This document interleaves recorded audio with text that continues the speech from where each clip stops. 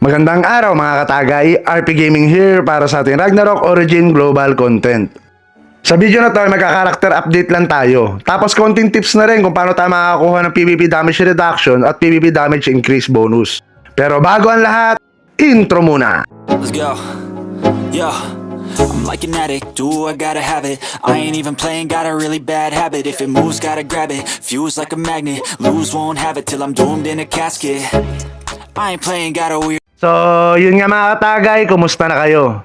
Magka-character update pala tayo, tapos sabay na rin natin to kung paano tayo makakakuha ng PvP damage reduction, tapos PvP damage. Disclaimer lang po, para lang po ito dun sa mga nahihirapan o sa mga hindi pa nakakaalam. Nasa sa inyo na po yan kung susundin nyo yung ginagawa ko o hindi. Sa mga bago pa lang po sa akin channel, naka-crit type na rune knight po tayo. So, spear type tayo. Pero sa ngayon, nanatili pa rin tayong free to play. Wala pa rin tayong ginagastos dito kahit piso. Sa ngayon, kahit free to play tayo, nagustuhan ko pa rin tong spear type. Pero kung feeling nyo, malakas kayo, tapos pambakbakan talaga yung karakter nyo, mag-sword type kayo kasi mas maganda naman talaga yun. Pero sa akin, sa build ko ngayon is parang naging support type tayo na spear type. Pero may damage din naman tayo, tas medyo makunat-kunat din naman. Sa mga nakakapanood ng PvP content ko, makikita nyo naman doon, spammer lang tayo ng Rain of Spear. So makikita nyo, lagi tayo nasa likod. Pero mapapansin nyo naman yan, pagka pumapasok ako doon sa gitna, ibig sabihin, kayang-kaya ko yung kalaban. Sa ngayon, nasa overall ranking tayo na 146. Kita nyo naman, nauubos na talaga ang player dito sa Jepen 1 and 2. At dito naman sa swordsman type, nakaabot tayo ng ranking 53. Siyempre, bilang F2P, malaking achievement sa atin yan. Kahit sabihin mong tinatamad na tayo ngayon, is nakakasabay pa rin naman tayo. Kasi tamang dailies na lang ang ginagawa ko ngayon, tapos hindi na ako nanghihinayang kapag hindi ako nakasali sa mga guild activity. Okay lang yun. Max level na pala tayo ngayon, tapos ang gamit nating stat ngayon ay STR99, Bit 90. So, bakit Bit 90 lang? Medyo malaki na kasi yung kinukuhang stat points niyan, 11 na. Then, naglagay tayo ng 80 lock. Kasi nga, crit type tayo. Tapos, yung mga sobra, nilagay ko na lang sa int. 4 mana na rin. Tapos, magic defense. Siyempre, yung iba dyan magtatanong kung bakit wala tayong agi.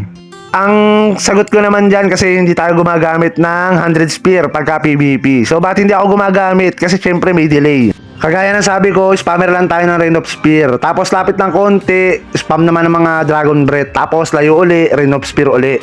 Bihirang-bihira akong pumapasok sa gitna, yung magcha-charge attack ka, tapos kukombohin mo ng skill. Mapapansin mo naman yan, pagka sa unang clash pa lang, pagpasok mo sa gitna, natunaw ka kaagad. Ibig sabihin nun, hindi mo kaya yung kalaban. Ito naman yung stat details natin. Yung HP nasa 200k, tapos yung attack nasa 9k.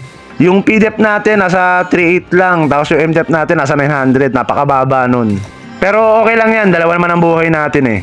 At pag nag-buffs tayo, napapaabot natin ng 12k yung attack natin. No food sa kapats pa yan. Yung crit natin nasa 215, pero bala ko sana paabutin ng 300 yan eh, pagka full buffs.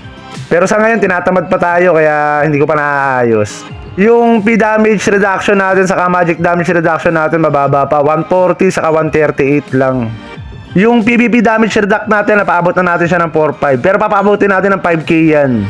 Puro level 3 pa lang kasi yung PvP enchant natin. Isa sa mga problema ko rin pala ngayon yung PvP damage bonus. Dahil nga nasa 4k na yung PvP damage reduct, is napakababa na itong 2.8. Dapat dito mga nasa 3k plus na. Ayan din yung next priority ko. Kasi para at least kahit papaano, makapag-enjoy tayo sa PvP. Then, isusunod ko na lang itong mga special stat ko kasi ang bababa pa. Mahirap din kasi talaga mag-build ng malakas yung attack mo tapos makukunat ka pa. Tapos, free to play ka lang naman. So, mahirap talaga. Sa equipment, ito yung gamit ko. Sa headgear, naka-white lily pa rin tayo na naka-G-Earth tapos naka-Deberucci. Sa mouthwear, naka-peace pipe pa rin tayo. Hindi pa natin siya napapalitan pero may dalawang angeling puppet card pa rin yan.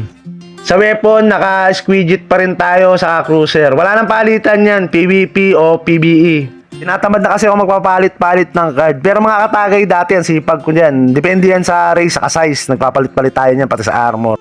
Dito naman sa cloak, naka-dalawang Antonio tayo. Ang target ko naman dito, HP, saka yung damage reduction. Dito naman sa accessory, tinanggal ko na yung dalawang critical ring ko. Kaya bumaba yung critical saka critical damage natin. Pero tumaas naman yung skill damage natin. One slot lang yan, pero ang ganda kasi nung binibigay niyan. Lalo na kapag plus 15 siya. Tapos ang nakalagay na card dyan is yung Ether Kobold card. Ayun yung nakuha ko nung nakaraan.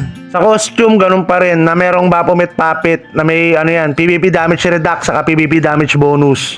Sa faceware ko naman, naka Heart of Gold tayo. Pwede naman ako maglagay ng attack na faceware dyan eh. Pero mas ginusto ko tong Heart of Gold. Kasi nga ang ganda ng passive nito sa ngayon. Kung mapapansin nyo, 50% chance na yan na ma-restore ang 10% HP mo. Dating 10% lang yan, ginawa nilang 50%. Kaya napakalaking tulong yan, lalo na nakabit type tayo. Permanent na rin yung nakalagay na card sa akin dyan na na Goblin Leader, dalawa. Hindi na ako nagsiswitching ng Edga kasi nakakapagod. Dito naman sa armor, naka Twilight Bringer tayo. Ang habol ko naman dito, parang kinumbo ko kasi siya dun sa may faceware. Meron siyang 5% chance na ma-restore yung buhay mo ng 5%. Dito naman sa boots, naka Abyss Demon tayo. Ang habol ko naman dyan yung Reflect kasi nga diba nag-beat type. Malaking tulong yan dahil medyo malaan naman yung buhay natin tapos nagre-restore pa. Tapos dun sa second slot, naka Dark Illusion card tayo. Dito naman sa kabilang accessory, naka Black Cat tayo. Ang habol ko naman dito yung medium enemy damage. Pero papalitan ko pa rin yan.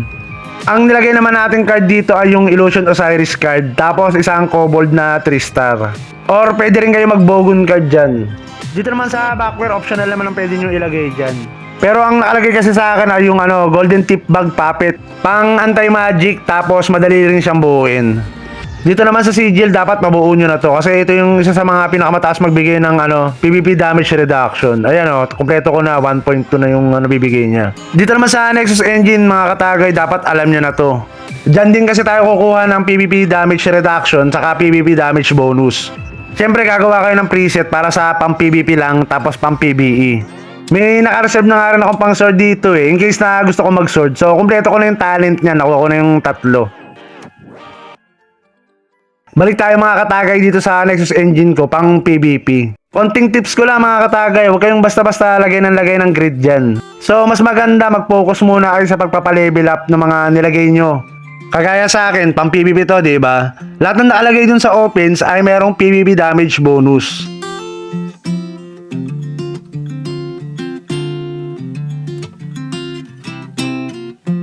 At dito naman sa defense, lahat ng grid na nakalagay dyan ay merong PvP damage reduction.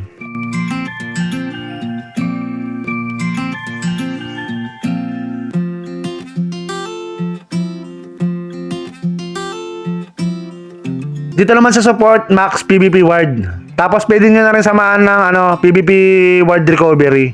Isa pa palang tips para sa mga grid na dapat yung ikabit. Dapat yung grid na ilalagay nyo na 2 pataas ay dapat merong special skill. So, habang tumataas yung level ng grid nyo, tumataas din yung level ng special skill na yan. So, malaking tulong yan. Ayan makikita nyo naman yan. Ayan yung mga naka-highlights sa ilalim nung stat. Hindi ko lang alam kung nagpapatong-patong ba yan pagka pare-parehas. Pero kung mapapansin nyo sa akin, iba-iba.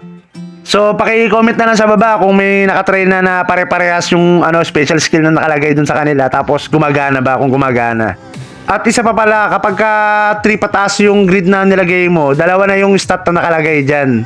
Pili kayo ng 2 stat na may special skill, tapos i-reset nyo. Kagaya sa akin, meron na akong isa. Pwede na sa akin tong melee damage na may kasamang PvP damage bonus. Pero ang maganda siguro dyan, PvP damage bonus plus damage sa Knight.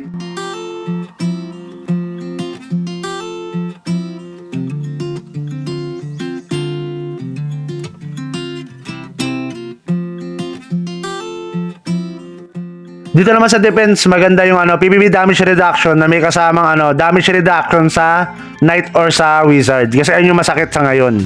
Nire-reset ko pa rin naman siya, pero syempre limited lang naman yung ating resources. Kaya hintay-antay na lang hanggang sa makuha natin yung maganda. Dito sa enchant, makakuha rin kayo ng PvP damage bonus saka PvP damage reduction dito. Sa akin kasi mga level 3 pa lang, kaya kayo pang patasin yung PvP damage reduction ko saka PvP damage. Inuna ko kasi yung mga superior crit na level 5. Naubos yung ating Mora coin, tapos limited lang ang nakukuha natin per week. Dito naman sa Divine Armament, dapat maayos nyo na yung stat na nakalagay dyan. Malaking source din ng PvP damage bonus yan, saka PvP damage reduction. Palabas na rin pala yung Season 3. Kung malas pa rin naman kayo sa mga nakukuha nyo yung stat, i-run nyo lang, pati yung Season 1, skip nyo. Posible naman hindi kayo makakuha ng mga PvP damage bonus dyan, saka pang PvE damage bonus. Basta tiwala lang.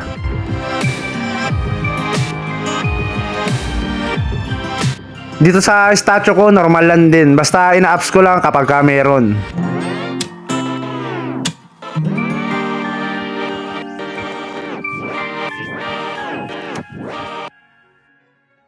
Dito naman sa feather, medyo nahuli tayo dito. Ang bababa pa ng feathers ko. Lalo na yung mga nasa babang set ng feathers ko, ang bababa pa. Hinati-hati ko na kasi yung mga mixed feathers ko. Ginawa kong tigla level 4. So mga tier 4 lang yung mga matataas na level doon.